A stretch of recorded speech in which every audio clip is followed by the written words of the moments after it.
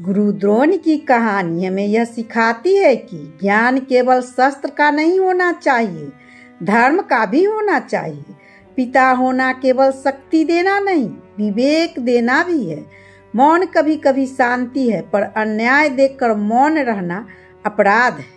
प्रतिशोध जीवन को जला देता है और वही बीज युगों तक विनाश बोता है। द्रोणाचार्य ने भी श्री कृष्ण से पूछा, मैंने कौन सी गलती की थी?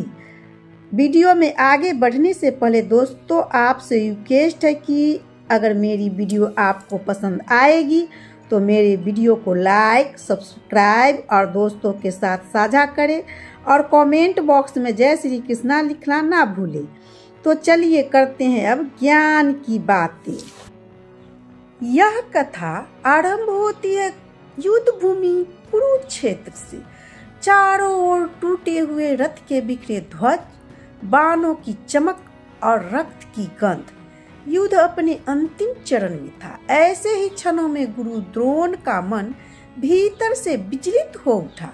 उन्होंने जीवन के हर पड़ाव की स्मृतियां सताने लगी। द्रोण ने बचपन आश्रम में दृढ़ता से झेल कर बिताया, मित्र द्रुपद को राज दिलाया और उसी मित्र से अपमानित हुए।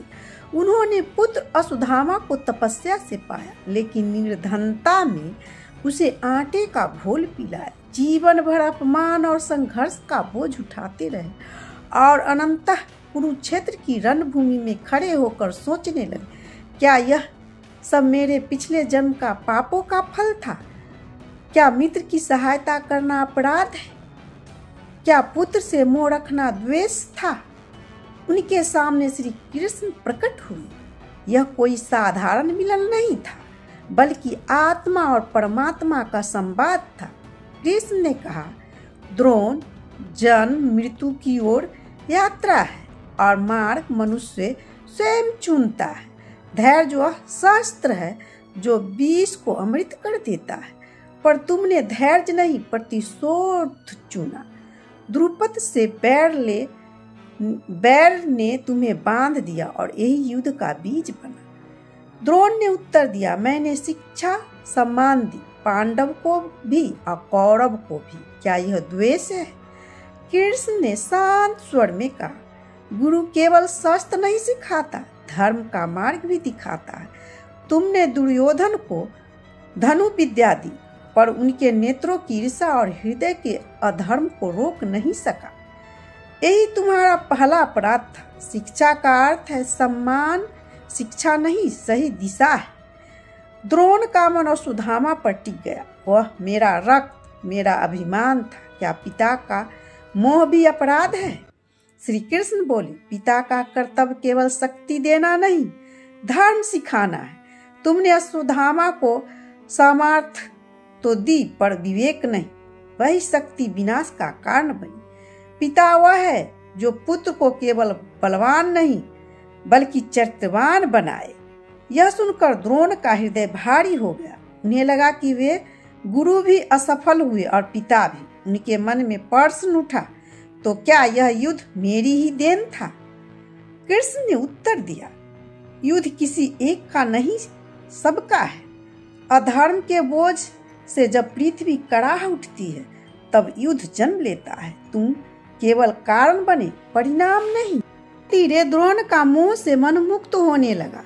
उन्होंने समझा कि प्रतिशोध ही उनका सबसे बड़ा बोझ था।